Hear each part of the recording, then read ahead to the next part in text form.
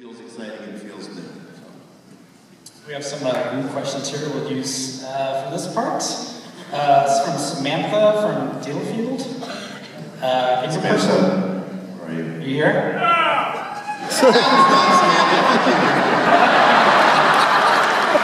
sorry, Samantha.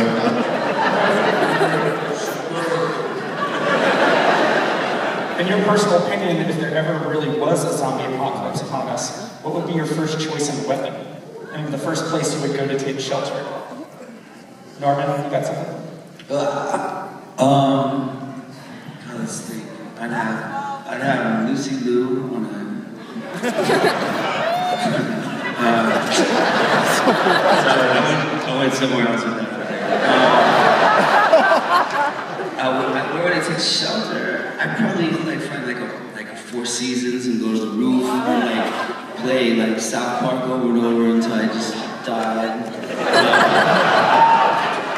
And then as a weapon, I don't know, like a flamethrower, grenade launcher, just to make a big boom before I watch something. What about you two?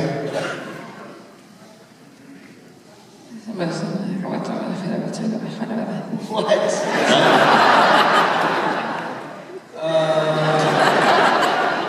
Go to a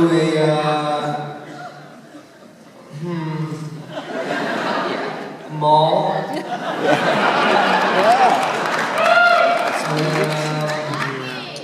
Just live maybe live in like a Pacific somewhere.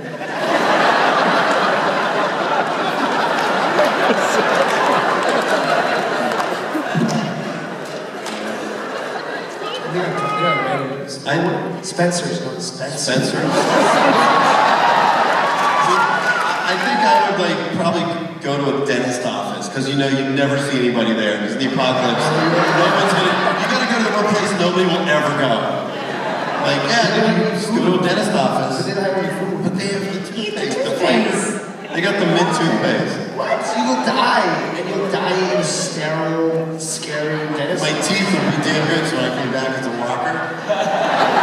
Chop the shit out of you. That's true. That is future proofing. That's very simple. Wait, so what would your guys' weapon of choice be? Let's hear a couple. I would say atom bomb, because I just fuck them all up at once. There you go. And then move in 60, what is it? Battle axe? Lightsabers.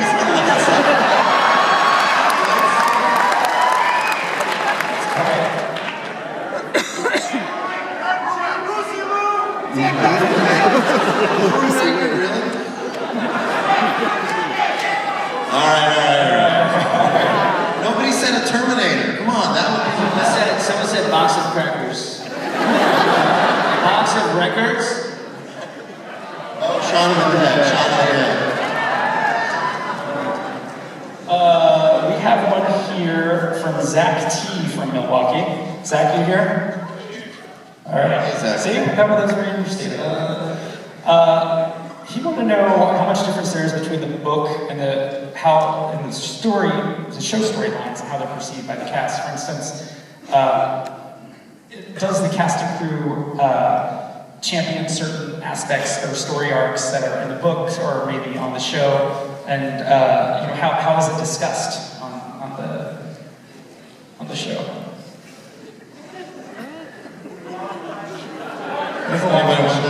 It's okay. Try this again. So how much do you guys champion certain story arcs on the show? Well, last season there was a really great sequence that was an original script that got cut out, which we got put back in, which was the sequence where Daryl fights Randall and beats him up to get information out of him. So, getting the scripts early, we're able to do that. In terms of certain storylines, with the graphic novel, it's a good blueprint, but Frank Darabont, when we did The Mist, Stephen King had a really interesting point about the end of The Mist, because the movie ends differently than the book does. I don't want to ruin it if you haven't seen it. But Stephen King literally was like, if I would have thought of that ending, I would have put it in the book. So the filmmaking process allows us to explore things that the writer hadn't thought about when he wrote it in 2002. So with Robert Kirkman, he loves the opportunity to fine-tune storylines that he hadn't thought of, because he gets to work with a team of writers and a team of actors who contribute to the characters. Is that a good answer? I just made it shut up, so I don't know. This is something that you guys have touched on a bit. This is from Erica B. from Milwaukee. Erica, are you around? She was saying that she could never get her mom to sit down and watch Army of Darkness or Dawn of the Dead with her, but she never misses The Walking Dead.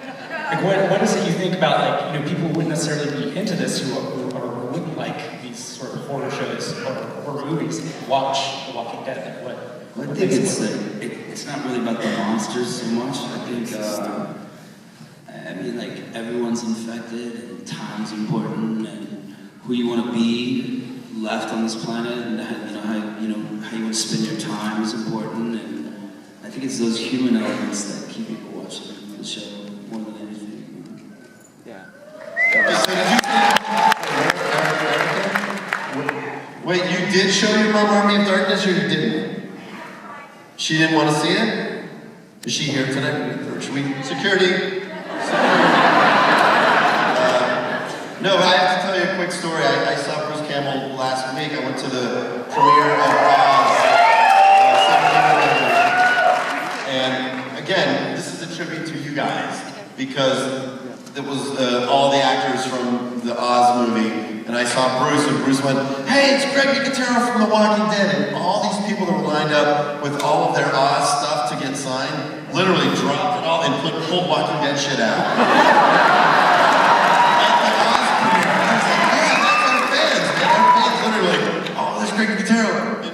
All of a sudden, boom, here's all this Walking Dead stuff came out. It was coming. I was like, look, it's Ash from Evil Dead. But they were like, Ash? What? Like, no, I know. Stacy and Rob from Wauwatosa, if they're here, want to know if you have to stay on a strict diet while filming. It's not hard to lose weight. It's 120 degrees there, and you're just dripping sweat all the time. The bigger task is to not die.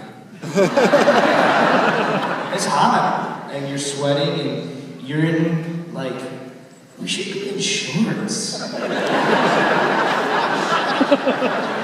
be wearing, like, Daisy Dukes and tank tops. Wait, so should I take that note for season 4 for Glenn?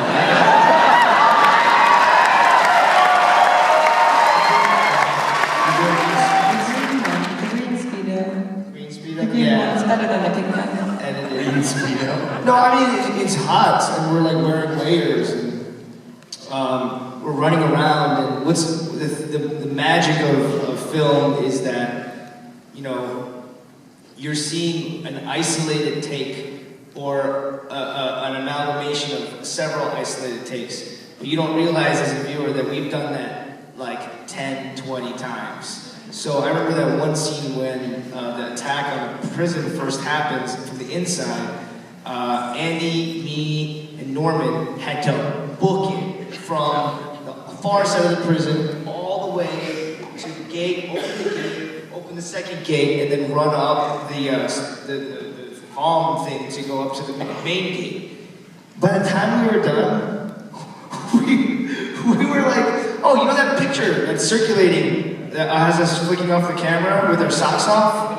There's a red cloth on my head. Yeah, that was directly after that, because we had done that for like the 5th or 6th time, and dead sprinted out the entire way every time. And the thing is, it's like, you don't want to let your fellow actor or any of the camera or any of the crew down, or the directors, so you go balls out every time. And man, I wanted to throw up so bad.